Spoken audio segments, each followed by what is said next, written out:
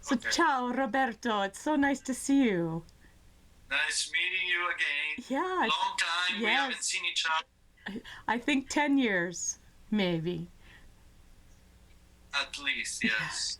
Well, I'm very interested in learning more about your work, process and form and idea. You integrate it so seamlessly. To make it very simple, basically, you're wrapping these high shrinkage papers around a structure, an armature, and then the paper shrinks around that armature.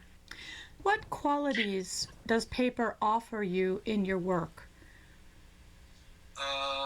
Multiple qualities because it's both as this surface rendering, incredible rendering while it's wet and while it's dry as well.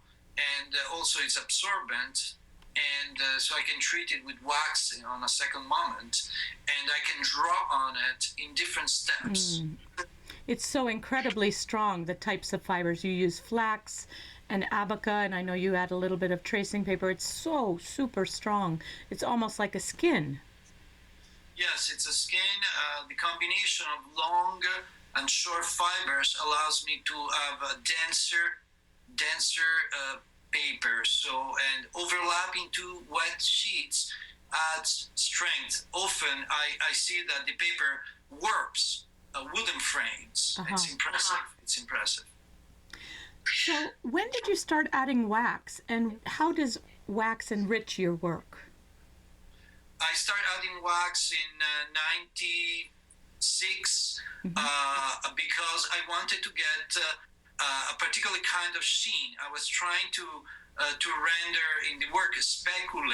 Specule is a Latin word that means mirrors, I see. but the antique mirrors were made out of bronze, polished bronze. So I wanted something sort of with a matte, between matte and shiny look, but not too shiny. And wax could do it for me. Can you discuss the relationship between structure and form and space in your work?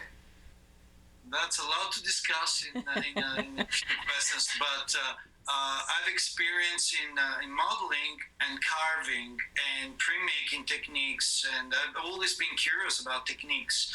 This graphite series, which has been an ongoing process since 2008, so it's sort of a sum of a number of experience I had in terms of making relief and looking for a form and a surface that would deny the inner shapes, at the same time would suggest other impressions. Yeah. So there is a soft skin over a hard structure.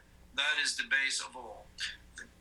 The graphite comes in terms of creating this illusion of different material, but on the other hand, there is almost an abusive drawing on top of it. So the graphite is not applied as powder. The graphite has been drawn. So I keep drawing on it until there is no space left on the paper. And then either I wax it or I burnish it and treat it. So here's a work from a new series you're just working on. I would like you to talk about the ideas behind the work. I remember you had a series of literally body armor that you worked on much earlier, and to me these seem like layers of protectiveness and armor. But what are your ideas behind these works? I am fascinated by the vulnerability of works of art in the sense the fact that work can withstand so much labor onto, for example, a piece of paper at the same time is so risky, and it can withhold all that process and energy and passages.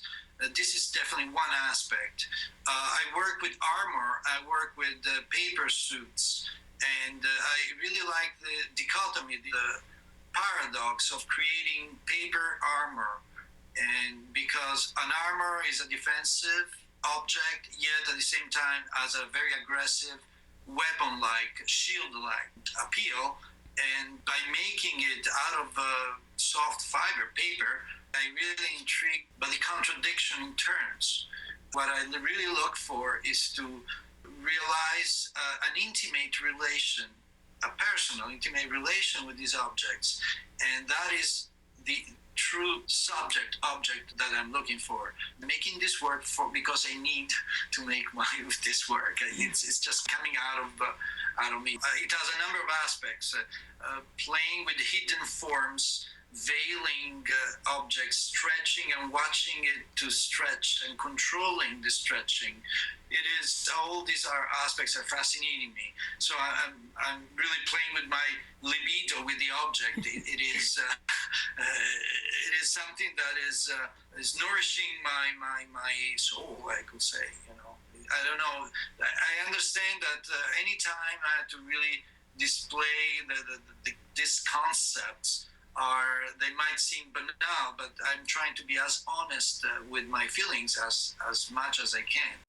This work, it is, I will call it the third series of this reliefs with high shrinkage paper, so it's sort of the follow-up of the graphite series. Here there is no graphite though. So these are stretched papers, and there is an overlapping of different colors, and there is the use of wax instead of graphite. So I get a different sheen, but the understructure works the same. Individually, each one has a story. Each one has a different design. There might be watermarks underneath. There might be more the pulp, the fiber is exposed. So it's not being concealed. So you can see possibly that it's made out of paper, but the paper has still an odd look, and it's definitely color comes in. They're all individually different, so they become autonomous.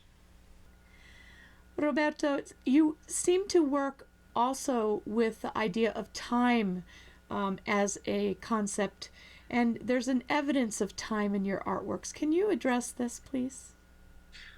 Well, I'm Italian. I live in Rome. That should be enough. In the sense, as an educator, I have to teach my American students to observe and admire what time does on things, on anything, on a piece of stone, or wood, or on a street, or anything. So I'm obsessed with time, but time at the same time is enemy.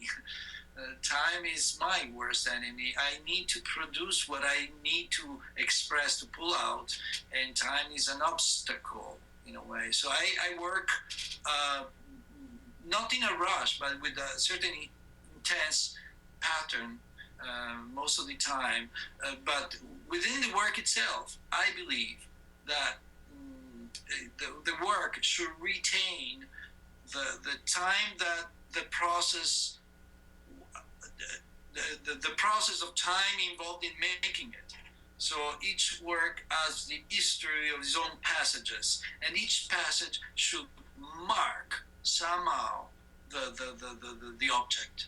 I'm an object maker, and I need those objects to retain the energy, the stress, the joy that was into making them.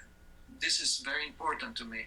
So one more thing about wax and time. Wax adds a time layer to things. So it puts a distance between whatever it's above. So yes, it's a sheen, but it's like a fresco that has been treated somehow.